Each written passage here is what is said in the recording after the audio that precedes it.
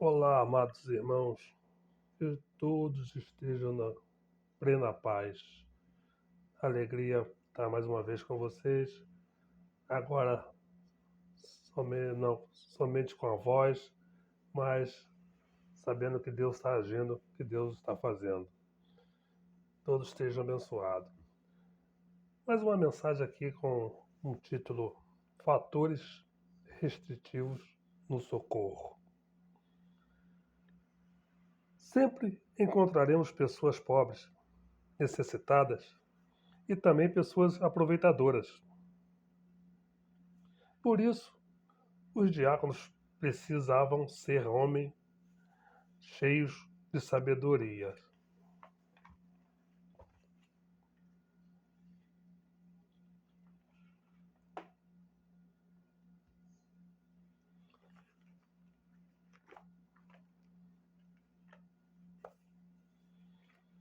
Diz assim Atos 6:3.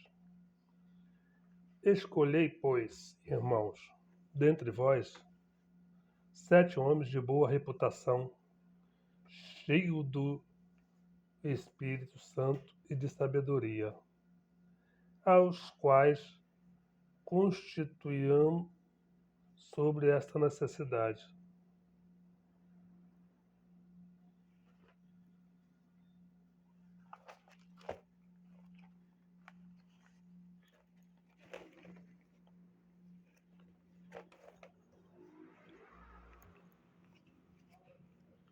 Homens de boa reputação, para que as reclamações e o descontentamento quanto à distribuição diária dos alimentos cessasse, os apóstolos ordenaram a escolha de 7 homens que tivessem boa reputação e fossem cheios do Espírito Santo e de sabedoria. A boa reputação está ligada ao caráter, e isso envolve integridade, retidão e um comportamento irrepreensível. Mas isso não era suficiente, pois eles também tinham que ser cheios do Espírito Santo e ter sabedoria. Entendemos com isso que tudo o que é feito para o Altíssimo Deus tem que estar de acordo com a vontade do seu Espírito.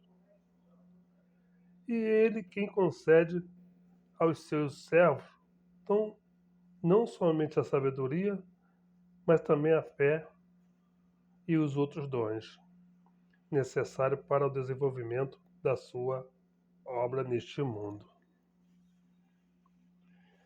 Quem já se sentiu traído por aqueles que abusam do amor cristão tem receio de agir em favor dos necessitados.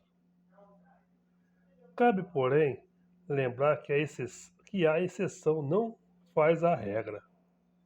Entram aqui as orientações bíblicas e, juntamente com elas, o discernimento cristão. O preguiçoso, os preguiçosos. Vez por outra, precisamos lidar com pessoas que se apresentam como necessitadas entre nós. Em algumas ocasiões, no entanto, descobrimos que nosso auxílio vai para alguém que abusa do amor cristão, porque não se dedica ao labor diário. O desemprego é uma contingência. Não ser trabalhador é um vício próprio do preguiçoso. Para esses, a palavra de Deus é incisiva. Vai ter com a formiga, ó preguiçoso.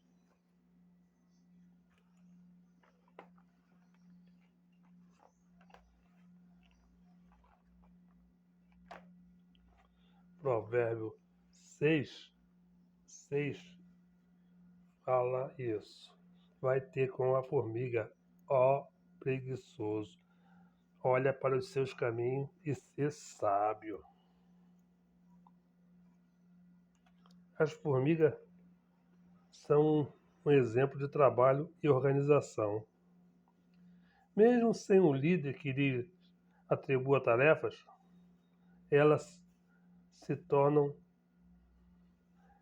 elas se esmeram dia e noite para que, na escassez, tenham mantimento suficiente para a sua sobrevivência. Não é isso o que acontece com a pessoa preguiçosa. Esta, ao contrário, não termina o que começa, adia o que tem para fazer e não se esforça para conseguir o que precisa. Quem age assim tem a vida parada, porque não faz a mínima questão de se empenhar para progredir. Precisamos estar atentos, porém, as pessoas que portam alguma enfermidade crônica e que por essa razão precisam de ajuda continuada, nesses casos a igreja pode orientá-las a recorrerem a planos assistenciais do governo. O caso das viúvas. No início da era cristã, havia muita pobreza no mundo. O apóstolo Paulo não apenas estava atento a esse fato, como também advertia os irmãos a serem cuidadosos para que não sofresse abuso na prática legítima do socorro aos verdadeiros necessitados. Rigor apostólico. No caso das viúvas, Paulo era extremamente rigoroso. Para teres direito a algum tipo de ajuda, as viúvas tinham de enquadrar-se em uma lista de requisitos severo. Senhor, que lista!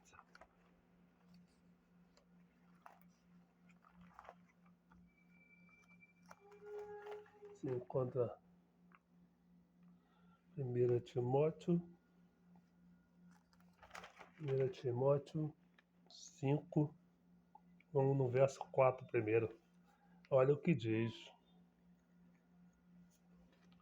Mas, se alguma viúva tiver filhos ou netos, aprendam primeiro a exercer piedade para com a sua própria família e a recompensar seus pais, porque isto é bom e agradável diante de Deus. Verso 5.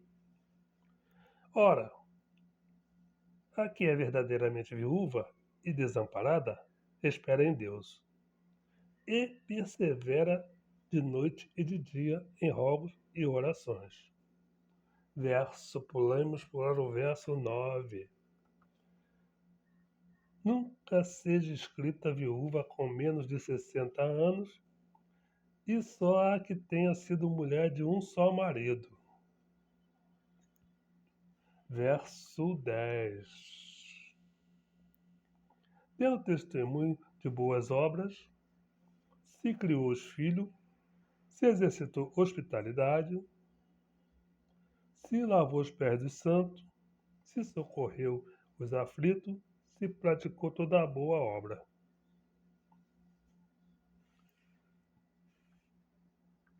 Sem esses currículos, a viúva não podia ser ajudada.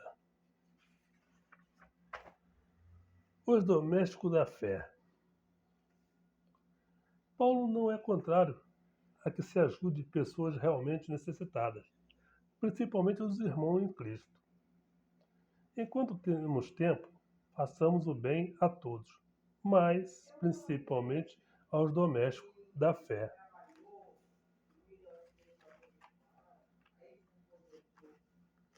Gálatas 6:10 diz assim: Então, enquanto temos tempo, façamos bem a todos, mas principalmente aos domésticos da fé.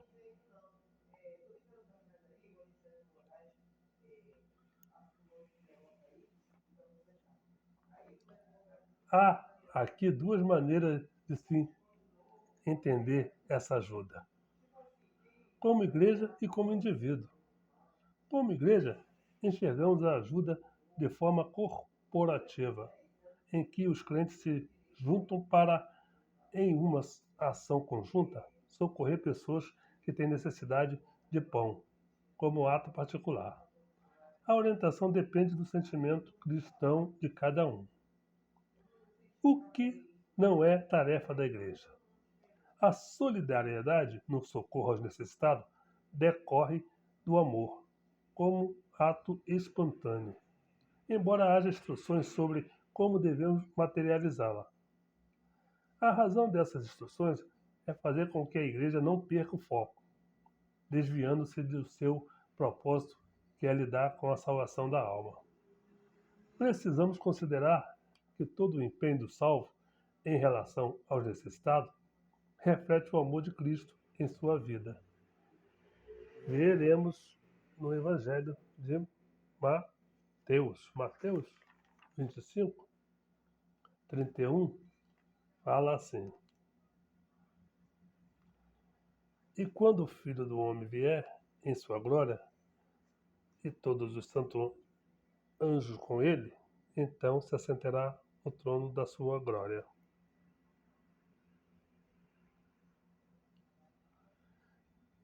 Quando o Filho do Homem vier em sua glória, a segunda vinda do Senhor Jesus acontecerá no final da grande tribulação. Ele derrotará o anticristo e o falso profeta na grande batalha do Armagedon e os lançará vivos para dentro do lago de fogo que arde como enxofre. Apocalipse 19, 20 e 21. Após isso, o Senhor prenderá Satanás e o lançará no abismo, onde ficará acorrentado por 1000 anos. Apocalipse 20, 1 ao 3. A partir daí acontecerá o julgamento das nações. Mesmo durante a grande tribulação, todos terão a oportunidade de ouvir o Evangelho. Alguns se arrependerão dos seus pecados e se voltarão para o Messias. Porém, outros continuarão a rejeitá-lo. Nesse grande dia do julgamento, o Senhor separará os bodes das ovelhas, isto é, os ímpios dos justos, os que creram na sua palavra dos que não o creram. 36, verso 36 diz assim: Estava nu e vestiste-me, adoeci e visitaste-me, estive na prisão e foste-me ver. 37. Então os justos lhe responderão, dizendo: Senhor, quando te vimos com fome e te demos de comer, ou com sede e te demos de beber? E quando te vimos estrangeiro e te hospedamos, ou nu e te vestimos? E quando te vimos enfermo ou na prisão e fomos ver-te? E respondendo o rei, lhe dirá: Em verdade vos digo, que quando fizeste a um desses meus pequeninos irmãos, a mim o fizeste.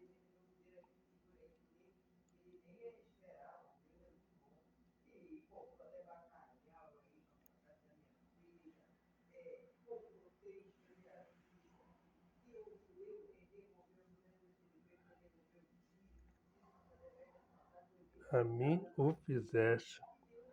Nesse grande julgamento, o Senhor fará referência às obras de cada um. Não que isso seja critério para a salvação, pois ninguém é salvo pelas obras, e sim pela fé. O que está em questão é o resultado da salvação e o que ela produz em cada um de nós. É impossível uma pessoa experimentar a bondade e a misericórdia de Deus e não se importar com o seu próximo. Se somos realmente servos do Senhor Jesus, fazemos também a obra que ele fez e até maiores. João 14, 12. Por isso o Messias faz menção ao bem que os justos fizeram aos famintos, aos sedentos, ao estrangeiro, ao nu, ao doente e ao prisioneiro. E esses aflitos ele chama de meus pequeninos irmãos. Isso comprova que o grande Rei e Senhor, que habita no alto e santo lugar, também habita com os humilhados e rejeitados deste mundo. Isaías 57, 15. Por essa razão, Ele recompensa quem pratica boas obras para com os desfavorecidos.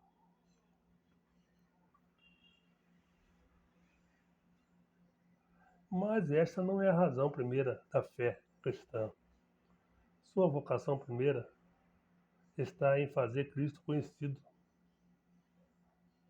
como diz em Marcos 16, do 14 ao 16. Finalmente apareceu aos 11, estando ele assentado à mesa, e lançou-lhes em rosto a sua incredulidade e dureza de coração, por não haverem crido nos que o tinham visto já ressuscitado. E disse-lhes: Ide por todo o mundo, pregai o evangelho a toda criatura. Quem crê e for batizado será salvo, mas quem não crê será condenado. Ide por todo o mundo foi a ordem do Senhor Jesus aos discípulos para que eles levassem a palavra de salvação. Que possamos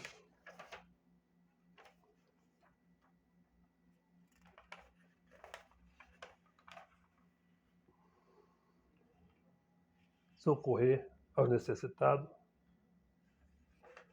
possamos enxergar os necessitados e ajudá-los em nome do Senhor Jesus. Cada um seja abençoado. Se você pudesse escrever nesse cartão, eu te agradeço imensamente.